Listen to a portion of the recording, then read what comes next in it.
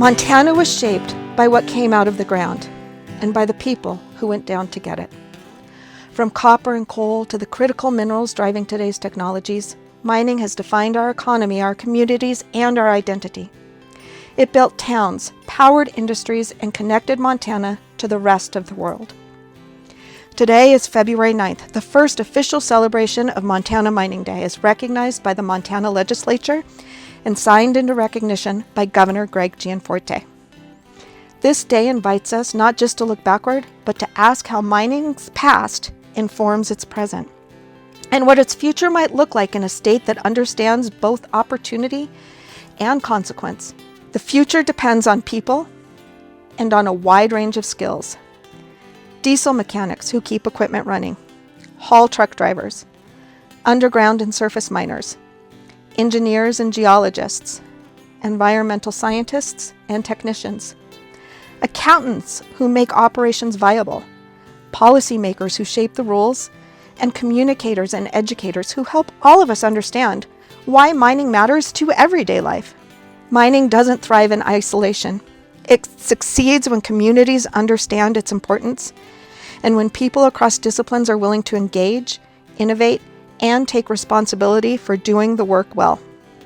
The World Museum of Mining exists to preserve the full story of mining in Montana, the innovation and the hardship, the prosperity and the cost, and to help spark informed conversations about what comes next. Today's conversation was hosted by Butte-Silver Bow Archives, whose work preserving our shared history makes discussions like this possible. Joining us are leaders from industry, academia, and geology. Jack Standa, president of Montana Resource, Chris Ross, mining engineer, professor of Montana Tech, Kyle Eastman, geologist with the Montana Bureau of Mining and Geology, and Jesse Noel, director of environmental and regulatory affairs at Westmoreland Mining LLC in Montana. Guiding the conversation is Sonia Rosenthal, Montana Tech professor and World Museum of Mining board member, who will explore mining's role in Montana's past, its realities today, and the responsibility of shaping its future. Because the next chapter of mining in Montana won't be written by history alone, it will be written by the people willing to do the work, ask the hard questions, and lead for their communities, the state, the nation, and the world. I'm Jeanette Koff, the Executive Director of the World Museum of Mining. Thank you for joining us on this first Montana Mining Day for an honest conversation on mining, then, now, and what lies ahead. It is great to be here with the four of you. We are going to have some fun talking about mining stuff as we celebrate Montana Mining Day on February 9th. This will be the first one for Montana, so it's a pretty exciting milestone for us. I am your moderator, Sonia Rosenthal. I am one of the members on the board with the World Museum of Mining. And what I'd like to do is get each of you to share your name, your title, and what company you're with. If you want to just give a little bit of a couple sentences on what your company does. If I can start with you, Jack. Sure. A couple sentences on what your company does. If I can start with you, Jack. Sure. My name's Jack Standa. I'm the president of Montana Resources. So we're the copper mine here in Butte. So really the latest rendition of mining in Butte, which has been going on for about 150 years now. So we're kind of the proud stewards of mining in the mining city. Welcome. And I'm Kyle Eastman. I'm an economic geologist at the Montana Bureau of Mines and Geology, and we're the state survey, and so we do everything from not just economic geology, but geohazards and groundwater and petroleum and all sorts of stuff like that. Chris. I'm Chris Ross. I am a professor of mining engineering at Montana Tech, and obviously Montana Tech has a history going back to 1900 as the State School of Mines. Today we are proud to be Montana STEM University, and we produce graduates for lots of various industries, but very heavily focused on natural resources and mining specifically. Yeah, hi, I'm Jesse Noel, kind of representing the east half of the state here. I work for Westmoreland Mining. We have 3 coal mines in eastern Montana, the Upsalica, Savage, and Rosebud mines. So here on their behalf, and I'm a senior engineer for them, for lack of a better term. So, Well, great. Welcome, everybody. Our goal today is how we can talk about mining being okay to, as a good street topic. Walk down the street, it's okay to talk about mining. How can we make that more welcome to us? And then how can we prepare our future generation for the mining industry, whatever that might be. So I have a couple questions here, and maybe I'll randomly change the order, but first, we're going to talk about how do you personally define the mining industry? We'll go backwards. Yeah, you bet. Ready, Jesse? I mean, really in Montana, let's focus on Montana. It's the extraction of natural resources. Yeah, we've got metals, minerals, energy sources, and precious stones. Our state's got all of them. So pretty simple. Go out and get those four things. And I just happen to be representing the coal part of that, the energy portion of that. So How do you define the mining industry? I think for me, when I'm talking to people about mining specifically, it's really about getting value out of nothing. So we have a resource that's in the ground. It's can be difficult to extract. There's a lot of things that we need to do to find it, locate it, extract it. But we're actually generating value and providing the things that society needs. Okay. Would you like to add, Kyle? Yeah, I'll certainly agree with all of that. And I think about mining as like the entire value chain of everything from what maybe is even pre-competitive, and that's what we do at the Bureau.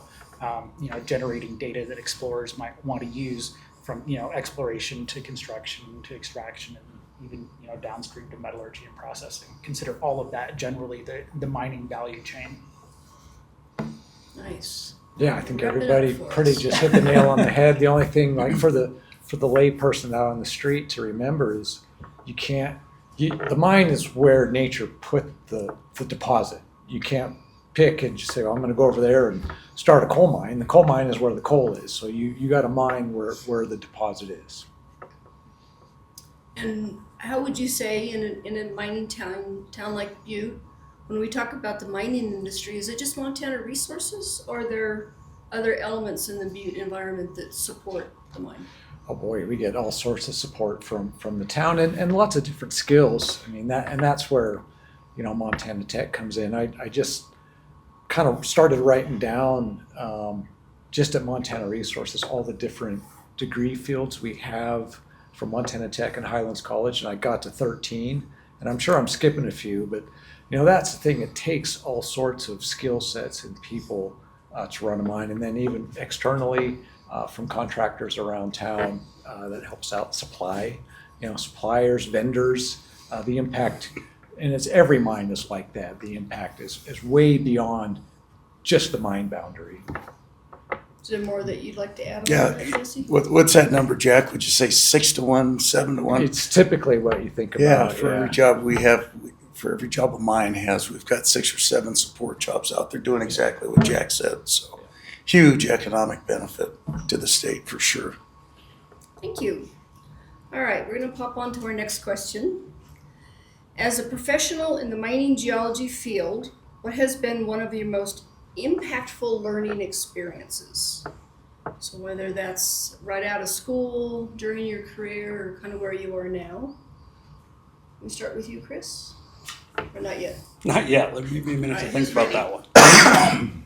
I can go. All right, Jack. So, I mean, it kind of, same thing I said before, probably learning about the mining as a business, right? And my degree field was mining engineering, and pretty tunnel vision on mining engineering, but that's just one aspect of mining. Our longtime Butte state rep and state senator Jim Keene, a great guy, he was talking about underground mining, but he described it as a beautiful symphony. Right? You have all these different instruments that individually make their own unique sound, but when you pull it all together, it's beautiful music. And that's what really a well-run mine is. It's beautiful music of all these different skill sets. And if everybody's focused on the same goals and you're hitting those goals, it's a beautiful thing. Wow, that's a great story. Who's ready?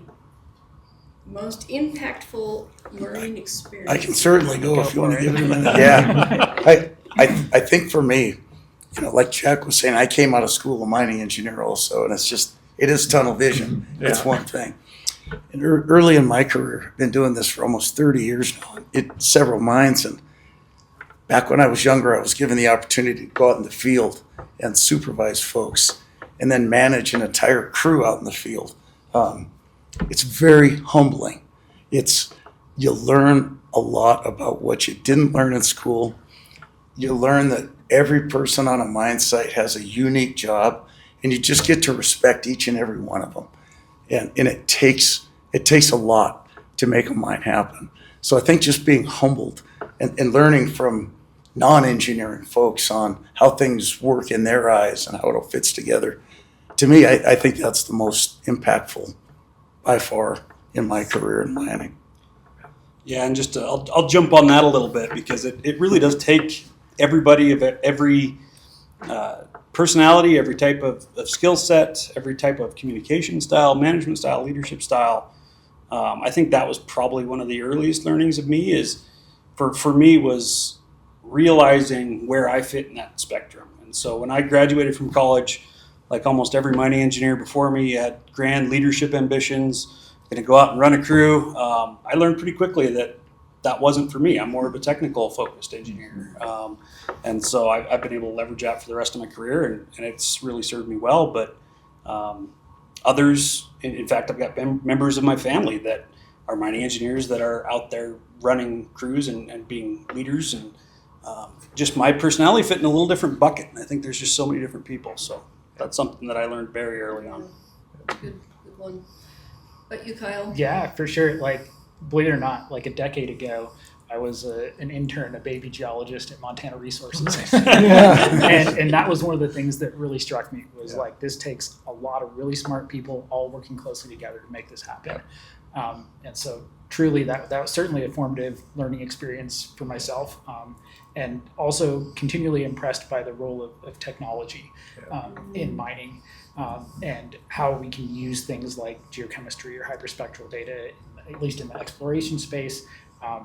So that's what I've seen over the years that perhaps have been most impactful for myself as a geologist. So if we can just take a little side path on that technology, do you think that's a special area that is intriguing to maybe up-and-comers to learn a little bit more about how that technology is advancing and what they could do with it and change the world? I think it's gonna have to be, and I see this emerging space of what's called geometallurgy, where that's like from the first preliminary work that we do at a site, we're collecting geochemical and mineralogical data, and that informs everything that we do downstream. And we want to continue to pass that quality of information along down to our mining engineers and our metallurgists, and it helps everything that they do. And so I think, taking that technology aspect of it, that's something that the graduates are going to need across all these different fields. And it is constantly evolving, so staying on top of new and emerging technology is important. So I'm sure that feels like there's a question in there about technology in the future and kind of attracting, looking at Chris a little bit on that, about attracting new people and kind of feeling that there might be the technology space has really, it's transforming the industry. And, we've talked for years about being an innovative industry. We really have been going back. If you look at the word technology, not just modern tech, high tech, but you go back to, the 1800s, early 1900s, the mining industry was developing a lot of new technology that really evolved into the rest of the mainstream workforce in the U.S.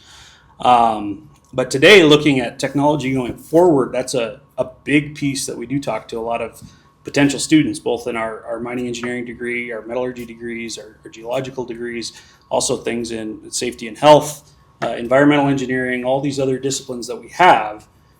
Most recently, though, we actually created a 2-year mining technology associate's degree and a certificate to go with it, where students will be able to come in and very quickly get exposed to some of that technology and develop some of those skills that are needed. But for all those programs, we talk to prospective students about how the industry is changing and what they need to be aware of. And I'd say right now, probably 15 to 20% of our students are drawn to mining just from a technology perspective. They're interested, whether it be big data, AI, applied robotics, all of these buzzwords that are around, we're using in the industry, and it's just a matter of how do we apply them to our problems. How are you seeing that at your facilities? Oh, yeah. I mean, Chris he's got some great kids coming out of tech for sure. They're a step above us old timers when it comes to technology. We've got to learn from them, but you're doing a great job. Yeah, it's really important. You know, I just as an example, I think everyone under 30 in our business engineering has a drone license, and they're using these drones to do just a plethora of different things out on the mine. It's pretty cool.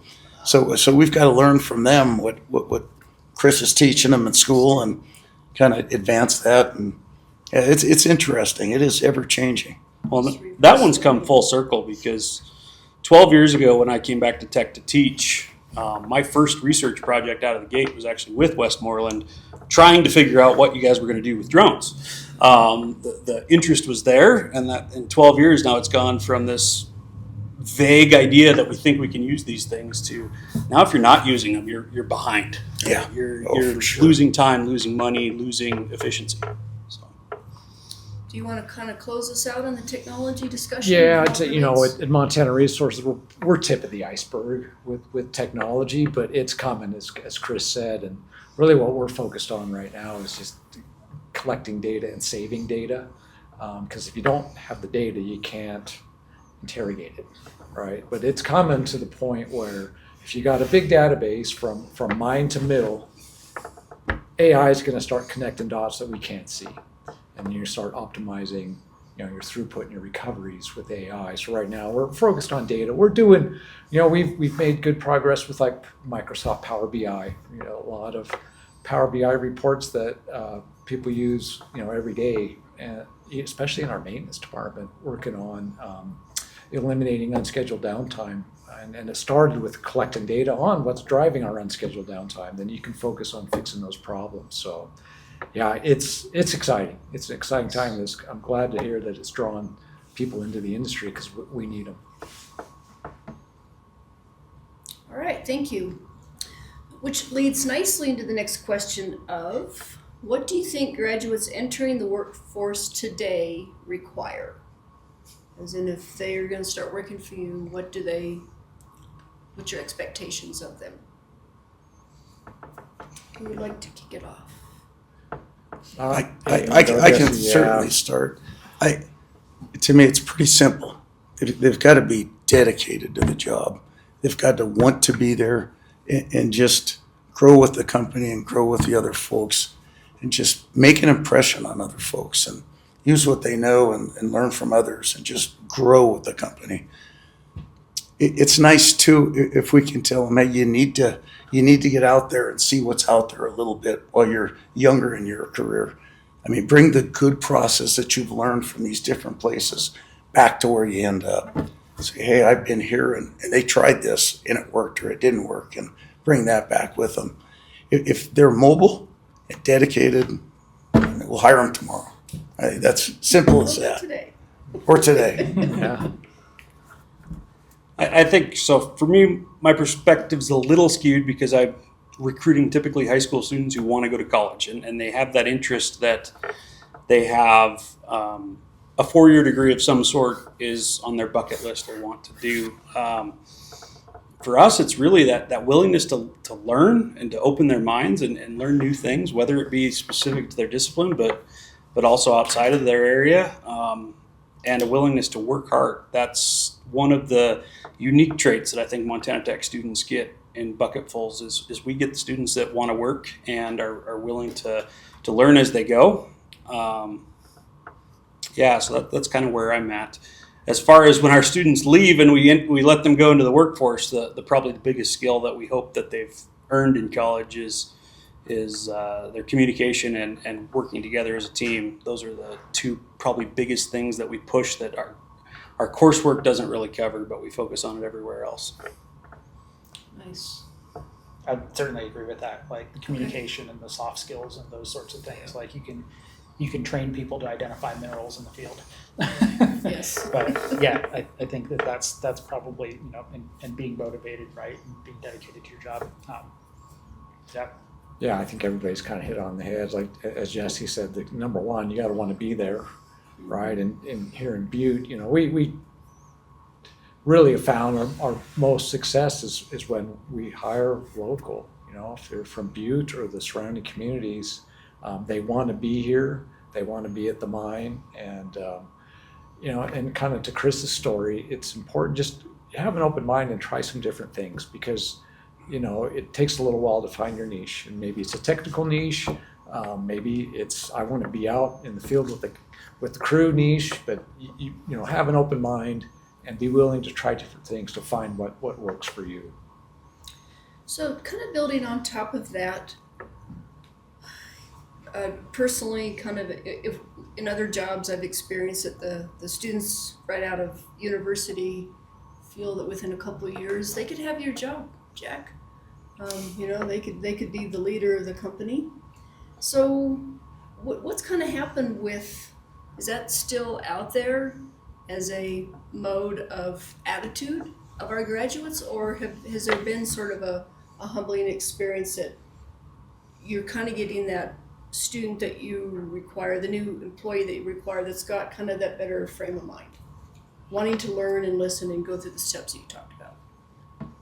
I would say they're not expecting to lead the mine in 5 years. That's kind of my experience. I think they've, you know, what I've seen, they're very mature and pretty hardworking, despite what might be out on the news and all that.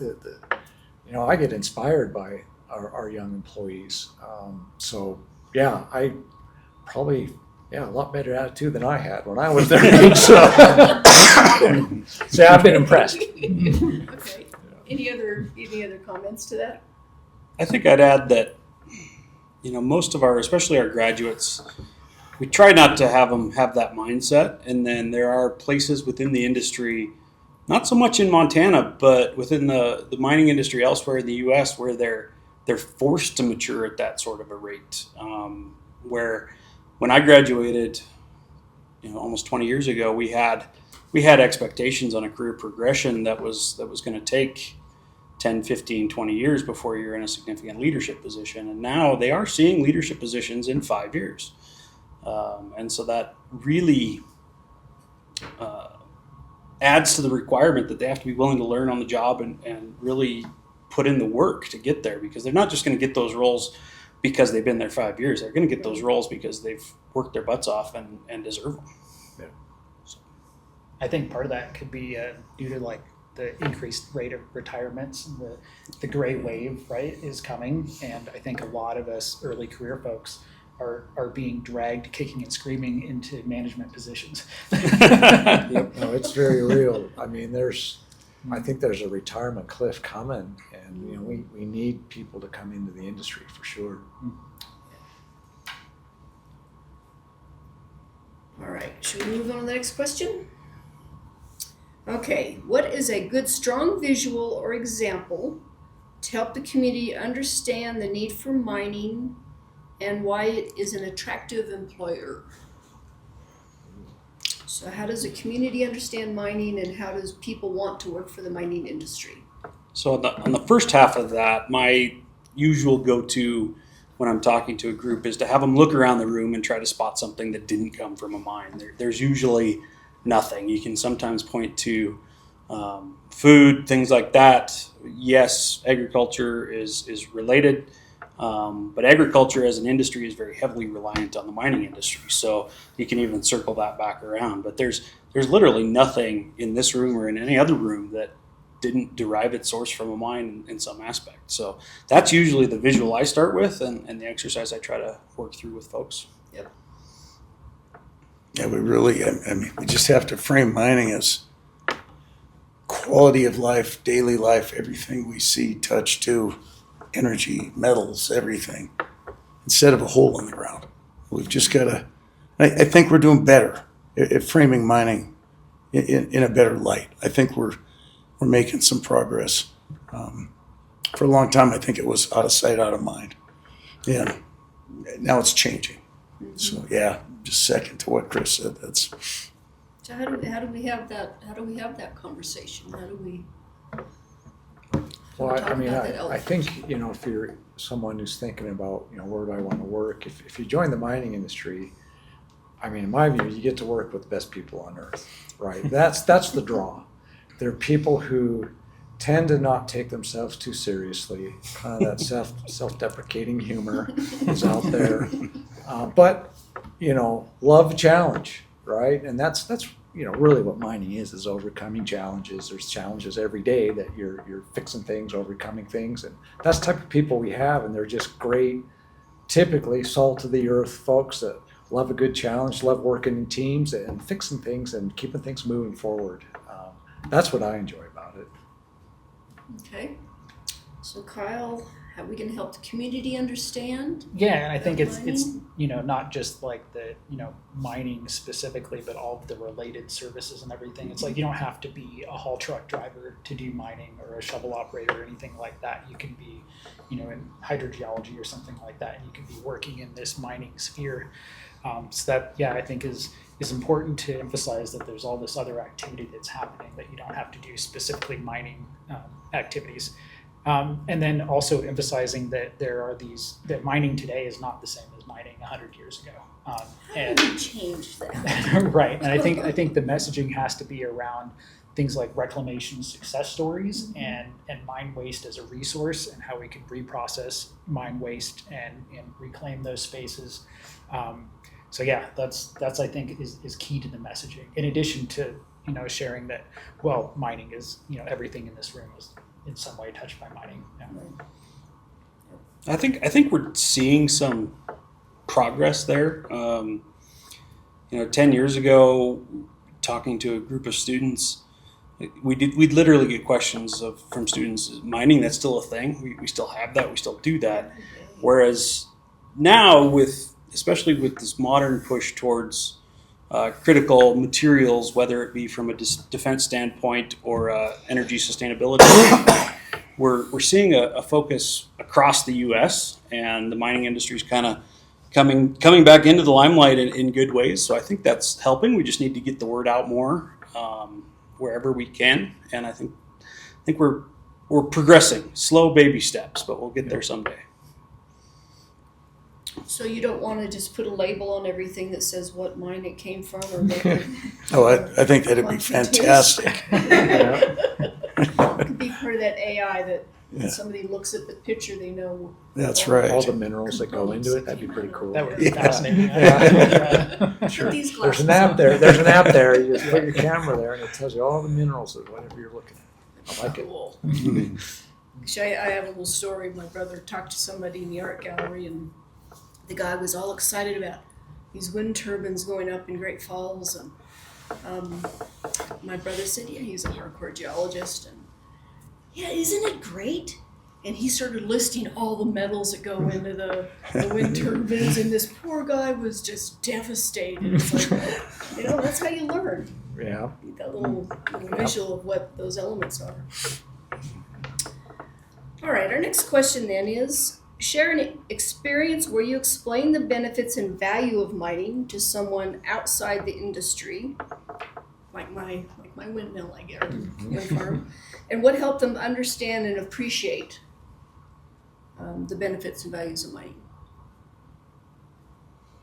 So if you can share a personal experience or that nice kind of story Yeah. to kind of bring that community depth in, I think that's what we'd like. I know years ago, I gave a tour with others, help of others, not just me, to the Billings Chamber of Commerce. They came out to the Rosebud mine outside of Colstrip. We had 3 school buses, and we parked them on the road. We looked at an open field, and we looked at some active mining. Got everyone back on the bus, went through the active mining area, showing them all the steps and how we reclaim, and did our Q&A session. And then right at the end of the tour, we took them right back to the same spot. Had them look at that open field again. And then told them that area had been reclaimed and the topography was the same. Vegetation was native, the same. And it shocked a lot of them. They didn't even know that they were looking at something that had already been mined. And to me, that was pretty cool. I think that was a lasting impression for me and for them also. It was pretty neat. it was neat that you could see reclamation that had been complete versus just mass chaos of mining on the other side of the road. So that was a good tour for a lot of folks, I think. Yeah. Wow, that's impactful. Yeah, it was. Who's going to follow Jesse? That's a tough one. I mean, I'm sorry. yeah. But I mean, we do a lot of tours of Montana Resource too, and the more we can show people what we're doing, the better. I don't think anybody leaves there with a negative. You may not love it, but at least they're neutral. You get them to neutral, and to me, that's a win, right? If they're not anti-mining, and that's good enough, right? And then hopefully you get them a lot of positive folks towards mining. But, yeah. I mean, Jack, I was just driving down the interstate from Helena to Butte today. I haven't been on that road in probably 15 to 20 years. And some of the stuff you've done there, Yeah, just on that backside, is Yeah. absolutely incredible. Yeah. It just looks beautiful. Yeah, we have less opportunities in a coal mine for reclamation. Right. But where we can reclaim, we will. And, probably in Butte here, the most, visual thing you can show people is the Berkeley pit, for example. The water level in the Berkeley hasn't risen in 6 years because we're managing it and treating it. And, we can show people that, we can take care of, past mining practices that maybe aren't up to date. But we can manage those and at least get it to a state where it's neutral.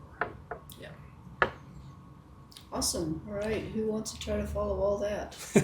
Well, I'll come in with a little twist on it. Okay. So I get the opportunity to talk to a lot of people that don't have much knowledge about the mining industry because we have students coming in for visits, and we have a couple tech days every year where students of all different natures, potential students, come visit campus, and they get to go around booth to booth and learn about different disciplines. And a few years ago, we through a research project actually got a robotic dog that we use for exploring abandoned workings is the plan for it, and we're working on that process as we go. But we also use it in some of these activities where we've got high school students, prospective students on campus, and it gets their attention. It's something that gets their attention. No, it's not related to modern mining really, but we get to talk about modern mining because of it. And so that's actually allowed us to bring in several students that had no interest in mining whatsoever, get them to talk. Once we get them to talk, then we start talking about potential opportunities, and now they're working their way through our curriculum. And I think they're going to be really well-rounded mining engineers when they get done. They've got that focus on modern technology, but it's something that's gathered their interest. And so, maybe it's a big haul truck tire that draws somebody off the road or something like that. It's what can we do to get people's attention is the area that I've been focused on lately. Okay.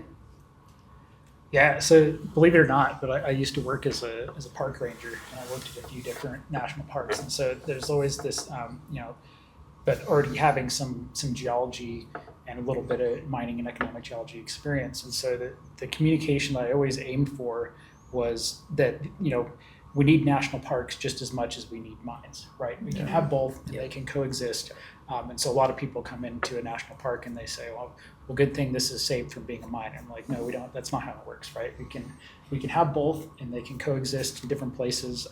And I think that aspect of that job was really important, and communicating the geology and the geoscience, but also saying, hey, look, there's all this stuff around us that comes from mining. We still need that too, but also we can preserve these really special places. Yes. And so it's not an either or. It's yes, we can have both. Yes. That's a great message. Yeah. Very good. I think we have time for maybe one more question and then closing comments. All right, so the final question, and I think we've heard this in several different areas, and that's, do you feel that mining is a dynamic business? Kind of elaborate a little bit more on what part of that is dynamic, especially as we go forward. I know it might be a little copying, so trying not to build too much on technology that we spoke about before. But what about is this a dynamic business? Is it exciting for the future? We're going to go to Mars. I mean, 100%. It's dynamic.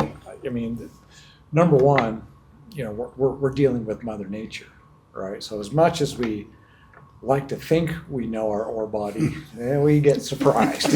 All right, so that's dynamic in itself. Yes. And that's one of the cool things about mining that we haven't brought up is every day it's different. Every day you go in your coal mine, the shovel's in a different place. It's the same thing, the shovel's in a different place than it was yesterday. You're constantly moving, constantly changing, and you do get surprised. And then just the dynamics of, as Chris talked about, technology coming in. I think that's what makes it really exciting. It's never the same from day to day. So I'm going to interject here.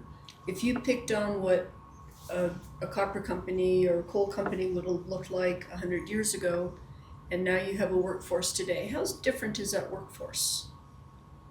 Probably a lot less manual.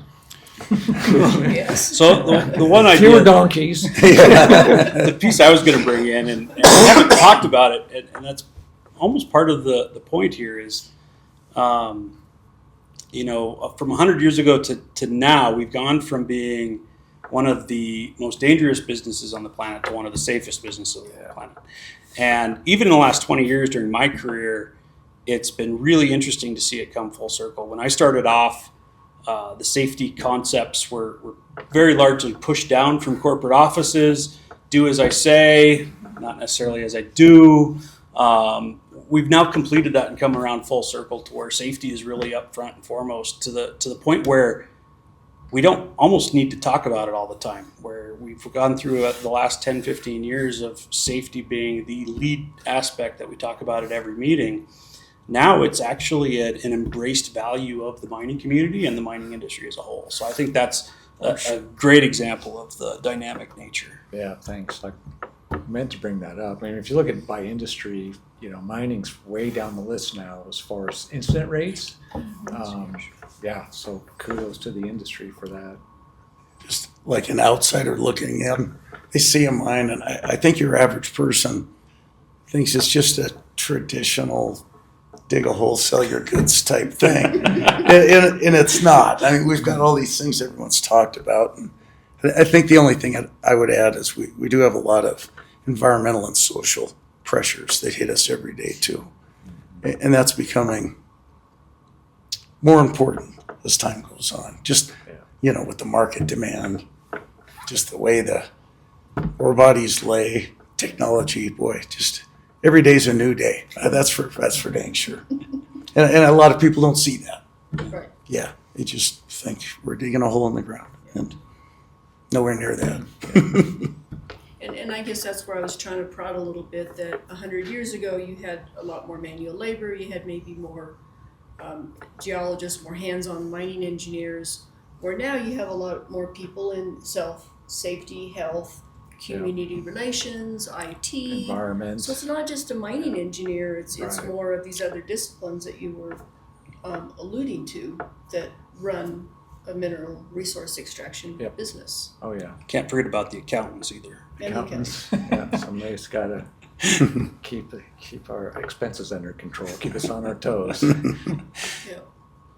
What are your thoughts on the dynamic environment of mining? Yeah, looking a little bit as an outsider here, living at the Bureau and kind of in this pre-competitive data generation space, it seems like the dynamic aspect of mining is that there's going to be new types of projects that come online and new commodities that are of interest. And so critical minerals has really, it's been a thing for a long time, right? We wanted manganese for World War II, and we want half the periodic table now, and there's going to be new technology that gets developed, and there's going to be a new commodity that's of interest, and so that's going to mean that this new geologic setting is now of interest, and we got to learn how to explore for that and how to extract it and how to process it. So that, I think, is probably one of the more exciting, to me, dynamic aspects of mining, is like what's the ore body of the future look like, and what commodity might we be interested in.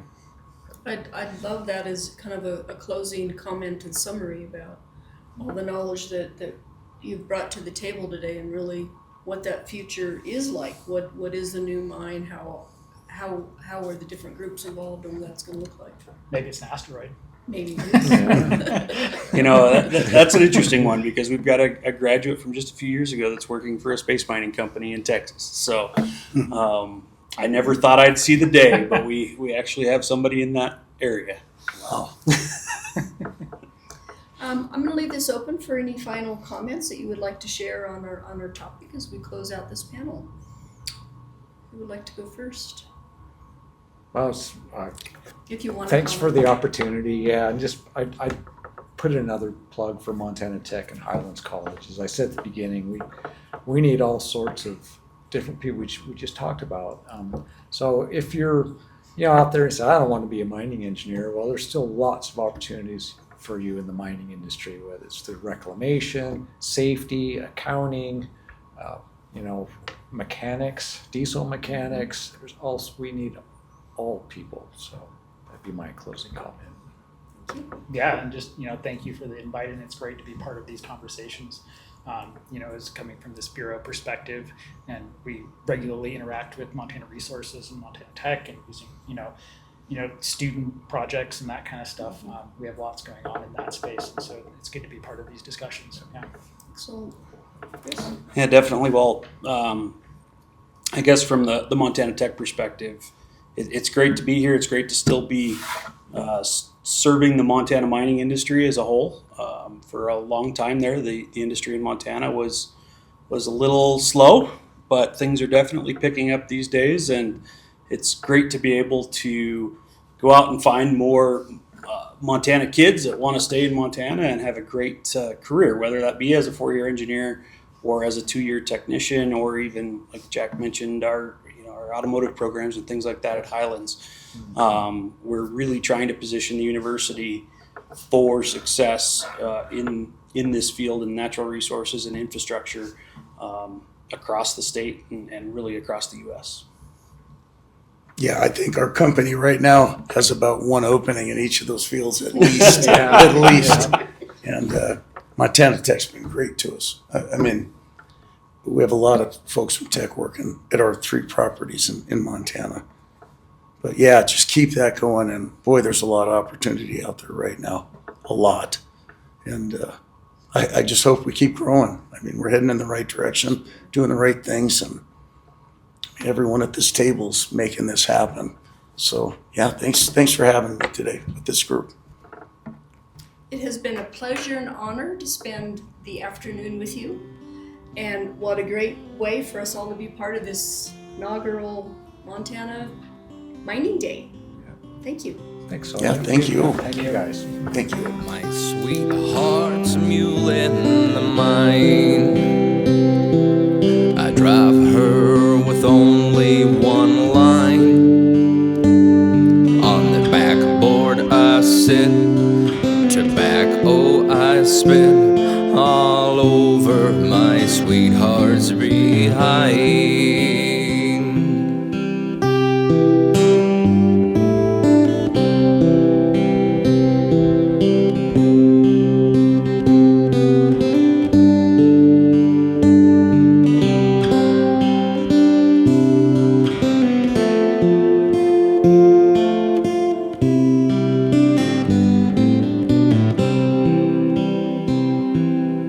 Sweetheart's a mule in the mine. I drive her with only one line. On the backboard I sit, tobacco I spit all over my sweetheart's behind.